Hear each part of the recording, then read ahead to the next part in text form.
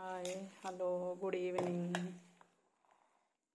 నేను ఈరోజు బెల్లం పాకంతో సున్ని ఉండలు చేస్తున్నానండి. మినప్పప్పు, పొట్టు మినప్పప్పు, గుండు మినప్పప్పు రెండు కలిసి బాగా మనకి ఒక 20 మినిట్స్ వరకు లో ఫ్లేమ్లో వేయించుకుంటే మంచి సువాసనతో మంచి కలర్ వస్తుందండి. అది మిక్సీ పట్టేసుకొని బెల్లం దీనికి సరిపడా బెల్లం మనం అందరైతే మిక్సీలో బెల్లం వేసేసి పట్టేస్తారండి. నా స్టైల్లో నేను ఇలా చేస్తాను.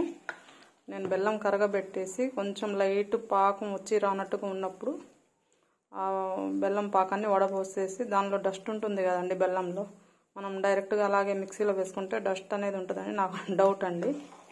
సో నేను అందుకని ఇలా పాకంలాగా చేసేసి అది అంతా వడపోసేసి క్లాత్లో వడపోసానండి. జల్లెడలో వేసినా మనం చిన్న చిన్న డస్ట్ అనేది మనకి జల్లెడలో వచ్చేస్తుందండి స్టైనర్లో.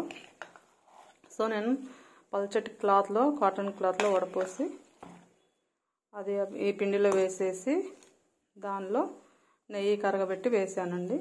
ఒక పావు కేజీ వరకు నెయ్యి వేసాను. నేను ఇది కేజీ పిండి అండి. కేజీ పిండికి 3/4 కేజీ బెల్లం వేసాను. ఒక పావు కేజీ మీద పైన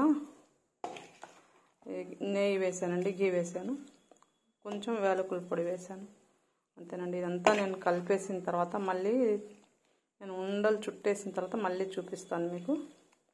సో నా ఛానల్ నచ్చితే లైక్ చేయండి, షేర్ చేయండి, సబ్స్క్రైబ్ చేసుకోండి, కామెంట్ చేయండి. Okay, thank you.